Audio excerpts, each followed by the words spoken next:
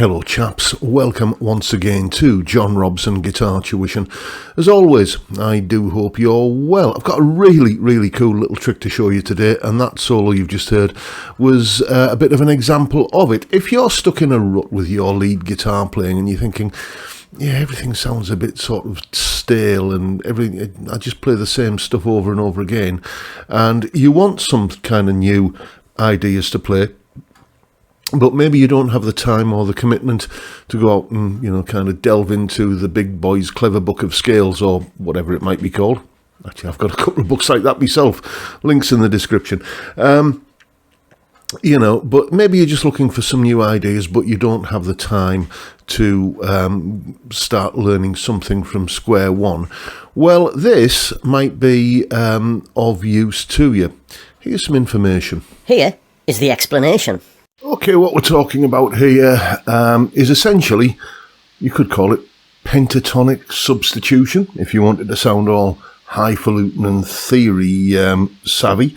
But basically, it's just about being able to spot a chord within a chord. So if we look, for instance, at the first chord that that chord sequence begins on, that's C major 7th. Like that beautiful sounding chord.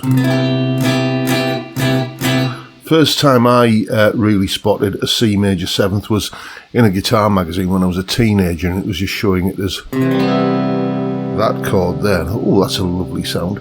But probably most clearly here, you can see what's going on. It's an E minor chord,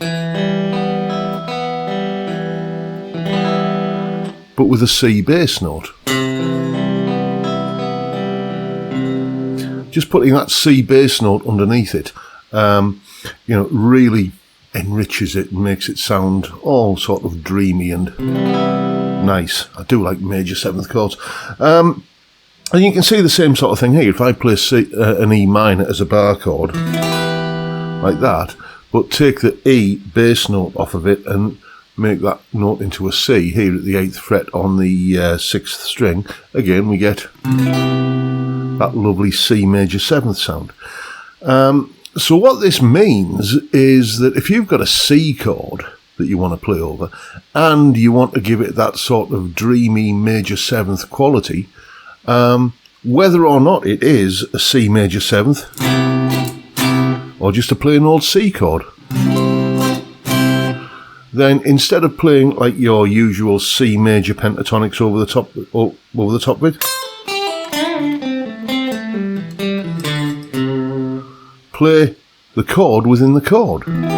So we know that in a C major 7th there is an E minor chord hiding there. Play an E minor pentatonic over the top of it.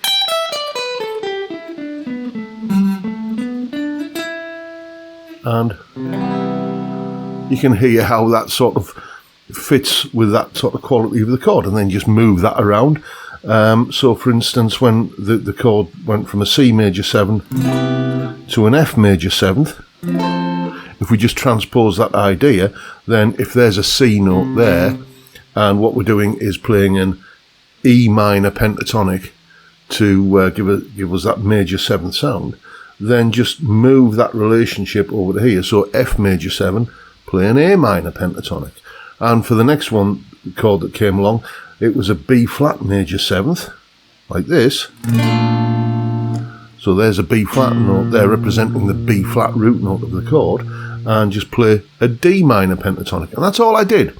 C major 7th, I played a E minor pentatonic. F major 7th, I played a A minor pentatonic. B flat major 7th, I played a D minor pentatonic.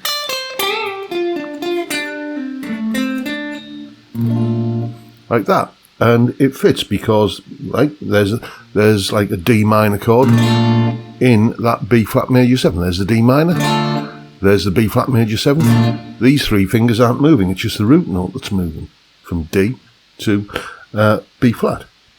So that's how it works. And then the final one is probably the most commonly used pentatonic substitution but it's the one that's, and everybody uses this, but it's the one which is perversely the most complicated in terms of you wanted to unearth the theory to explain it. It goes to a G chord. After the C major 7, F major 7, B flat major 7, it goes to a G chord. And that's a major chord, so over the top of that I didn't play a G major pentatonic. I played a G minor pentatonic.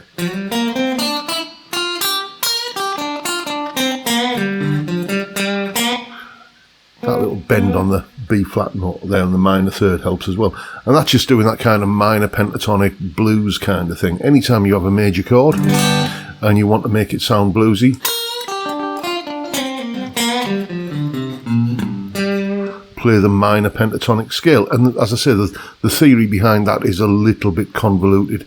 It involves using something called an altered tension, which is that B flat, which we would call a sharp ninth, over the major chord, and that's altered dominants are the sort of forte of jazz musicians and stuff, so I don't want to get too heavily into that here, but you know, just major chord,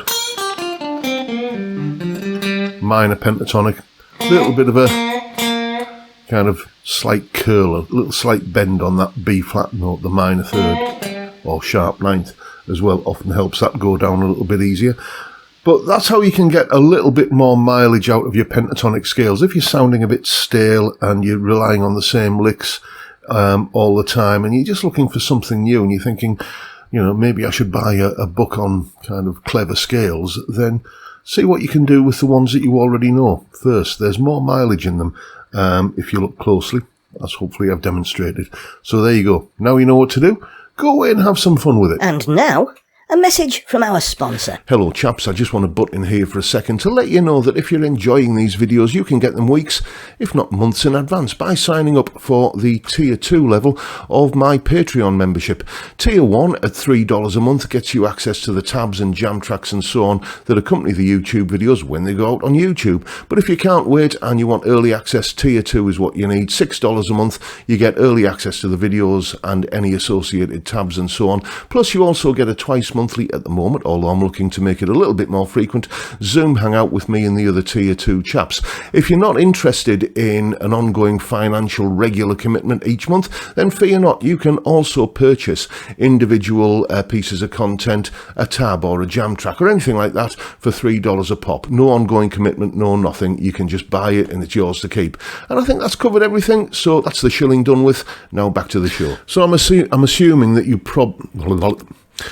I'm assuming you probably knew that last one there about using the minor pentatonic for the bluesy kind of sound there, but I thought I'd just lump that in with all of this because it is just substituting one pentatonic scale where, you know, at first glance you would probably think about using another one, using the less obvious option. The trade-off is that you won't sound as resolved as you would using a C major pentatonic over a C major chord, but using the E minor pentatonic will make it sound just that little bit more colourful, perhaps, and of course you can mix and match the two.